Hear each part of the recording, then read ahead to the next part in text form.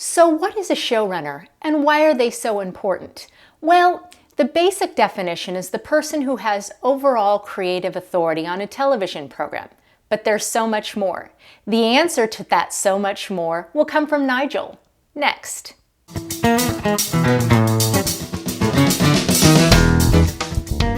Want to stay informed about all things business of show? Don't forget to subscribe to my channel and give this video a like. My father is a journalist back in Wales, and so I followed in his footsteps into the world of news to begin with. Then I'm more of a producer on the nightly news than a reporter on it, so I headed up the features department.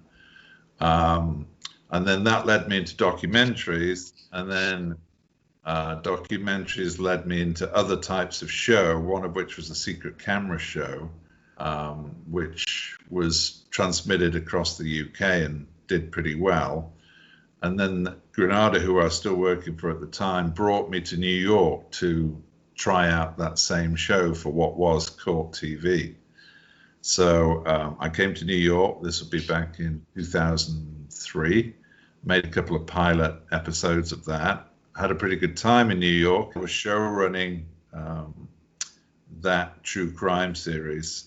And that led me to another secret camera show as a showrunner.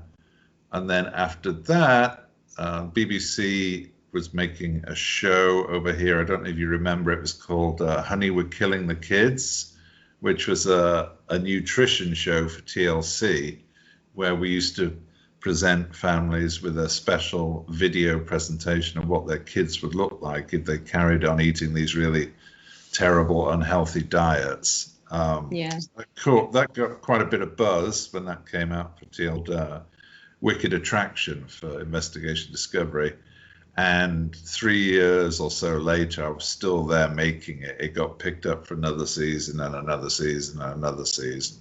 So that was a lot of fun because it was working with actors, which I wanted to do, and obviously recreating all sorts of drama and murders and love affairs. I mean, really, it was kind of a chance to make your own movies, really, which is a lot of fun.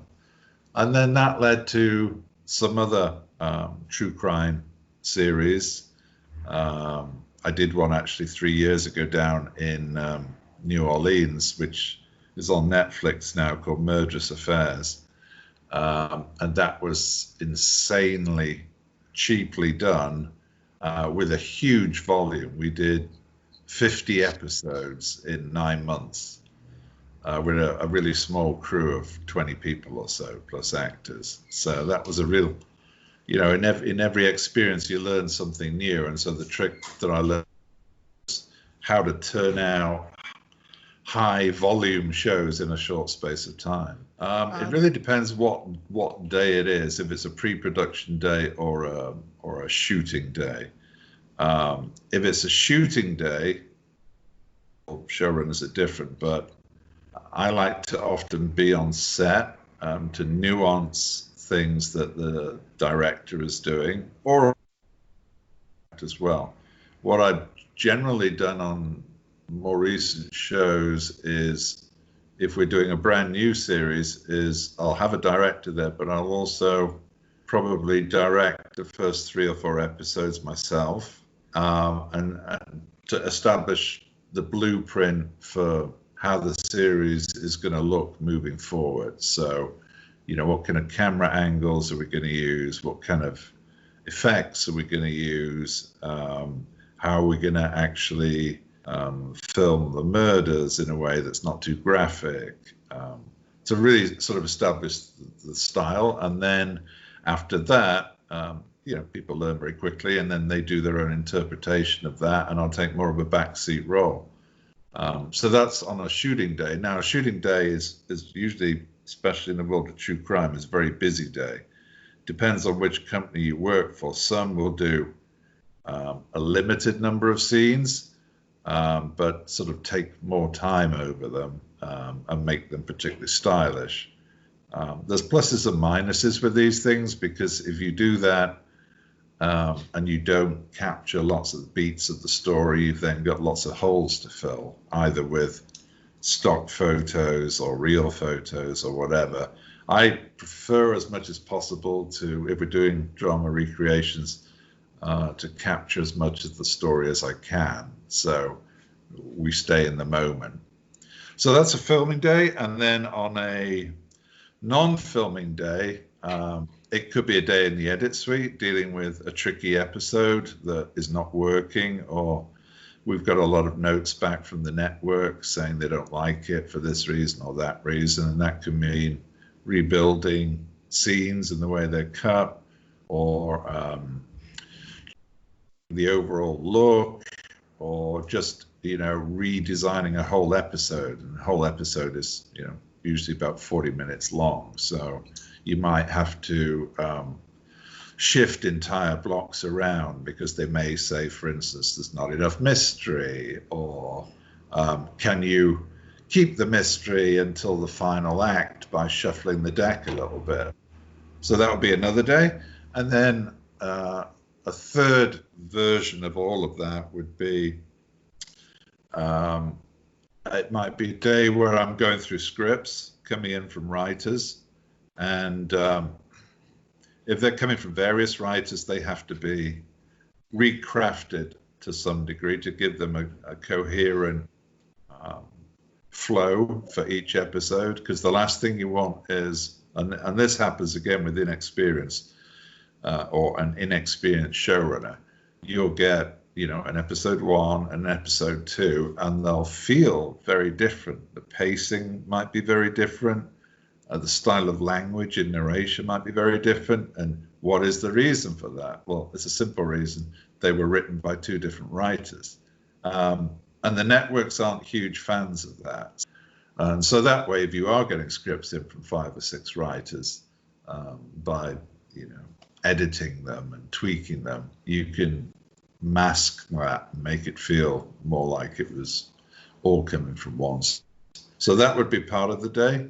And that can sometimes take a lot of time, because if the script is thin, which is one of the big problems, because a lot of the cases that get covered these days for legal reasons are old, because you want them to be completely finished. You don't want appeals and all that sort of thing, which can mess up transmission.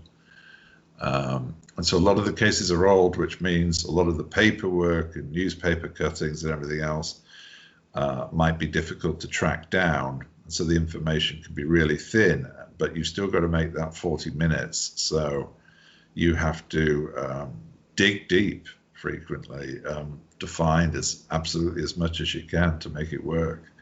So that would be another thing. And then another aspect would be I'd have the producers in to talk about the shoots that are coming up, and we'd go through what the scenes are going to be, how many actors, what they're going to wear, what the props are, who the crew is, what the locations are, and then talk through scenes. And they would have things that they needed to discuss, like, there's a knife fight between 2 individuals. How do you suggest we do that in a safe way, in a believable way?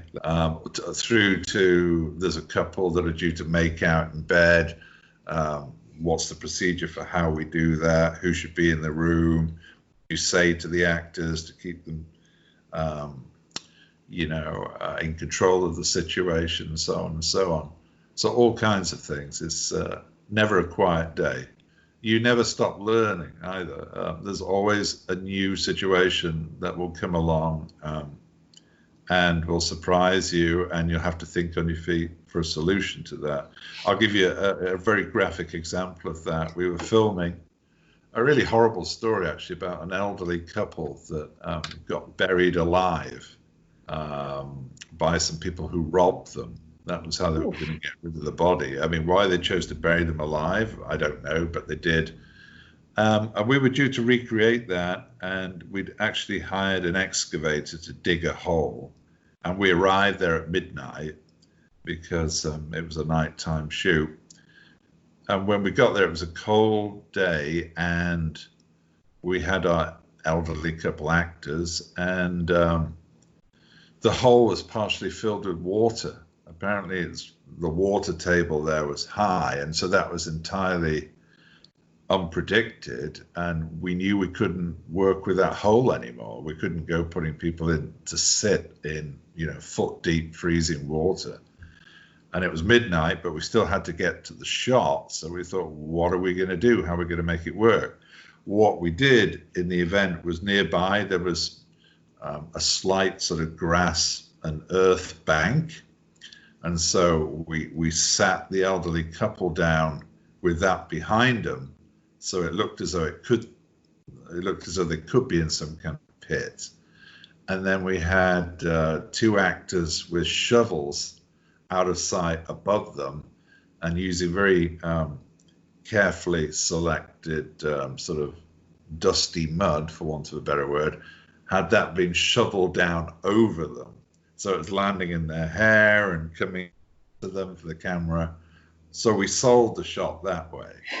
And that's how we rescued burying someone alive. It really depends as well on what type of you are running as to what your role is going to be. Some of the smaller companies that I tend to work with, because they are small companies, you do find yourself doing a lot more of the work. So we talked about scripts and prepping meetings and things like that. In some of the larger companies, you'll have additional people to take care of some of that. For instance, you might have a script supervisor whose job really is to sort those scripts out.